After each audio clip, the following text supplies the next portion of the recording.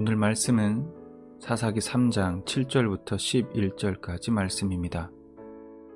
이스라엘 자손이 여호와의 목전에 악을 행하여 자기들의 하나님 여호와를 잊어버리고 바알들과 아세라들을 섬긴지라. 여호와께서 이스라엘에게 진노하사 그들을 메소포타미아 왕 구산 리사다임의 손에 파셨으므로 이스라엘 자손이 구산 리사다임을 8년 동안 섬겼더니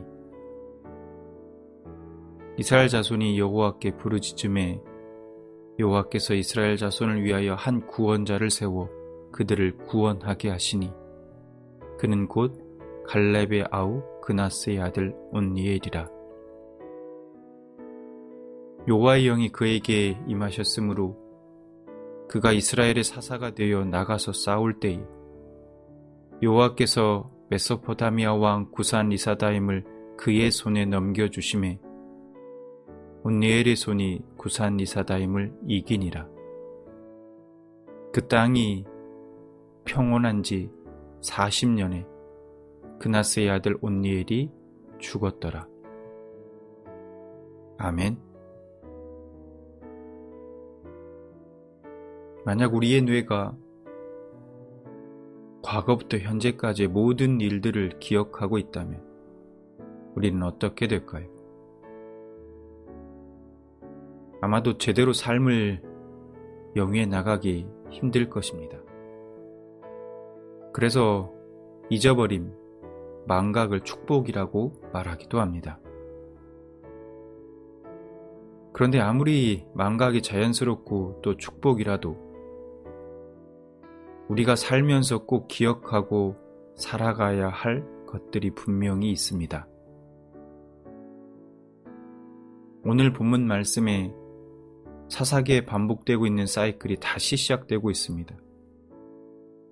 이스라엘 백성들이 타락합니다. 하나님을 잊어버리고 다른 우상을 섬겼습니다. 그리고 하나님은 이방 민족을 사용하셔서 범죄한 이스라엘을 징계하십니다.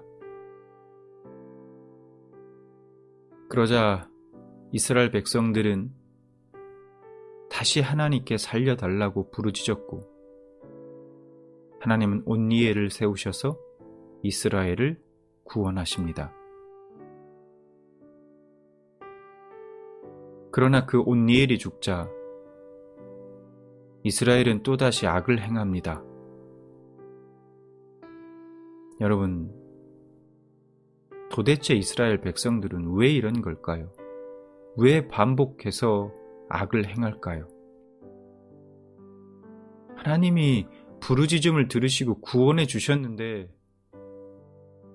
그들은 왜 또 다시 타락했던 예전으로 돌아가는 걸까?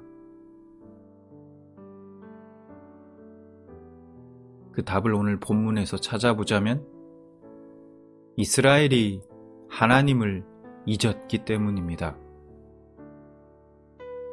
그러면 하나님을 잊었다는 것은 어떤 의미일까요? 하나님을 잊었다는 것이 하나님이 누구신지 모른다는 말일까요? 그건 아닙니다. 어떻게 알 수 있습니까?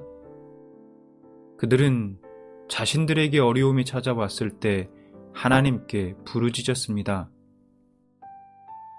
그들은 하나님을 알고 있었습니다. 그러면 잊었다는 건 어떤 의미일까? 이스라엘이 하나님을 잊었다는 말은 하나님을 아는 것이 더 이상 그들의 삶에 그 어떠한 영향도 주지 않는다는 말입니다. 이스라엘은 하나님이 누구신지 무엇을 원하시는지 알았지만 그 아는 것으로 인해 그들의 삶이 바뀌지는 않았습니다.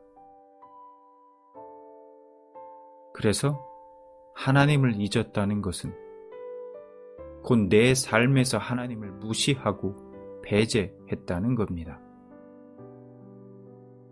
단순히 기억에서 사라진 것이 아니라 하나님이 더 이상 나에게 생생하게 다가오지 않는 겁니다. 나와 별로 관계가 없는 분과 같습니다. 그것이 얼마나 무서운 것인가. 하나님을 머리로는 알아요. 하나님이 진짜라고 생각도 합니다. 그분의 말씀을 진리라고 이해합니다. 하지만 마음에는 그 진리로 다가오지 않습니다.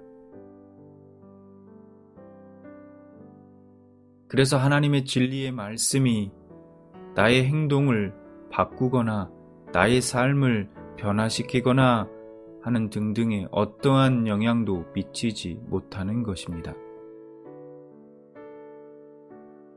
아무런 변화가 없는 것입니다. 이건 하나님을 잊은 것과 같습니다.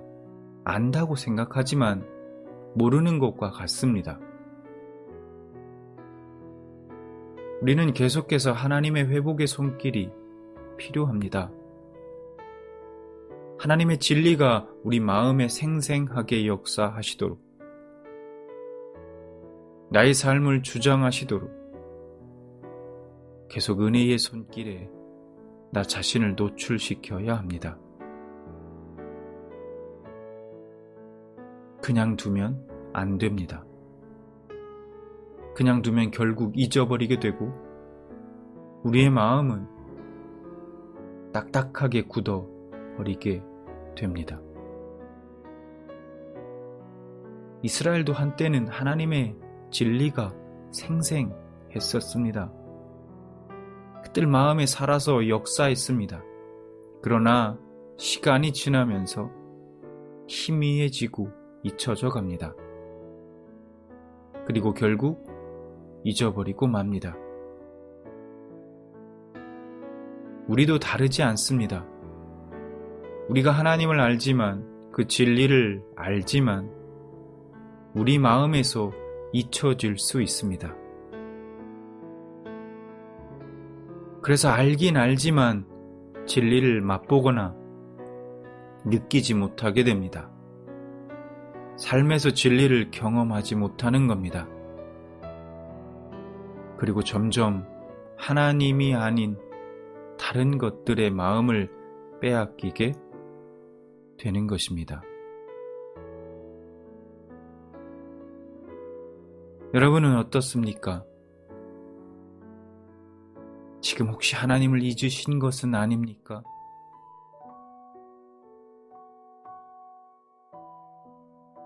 여러분 각자의 신앙을 한번 점검해 보시기 바랍니다.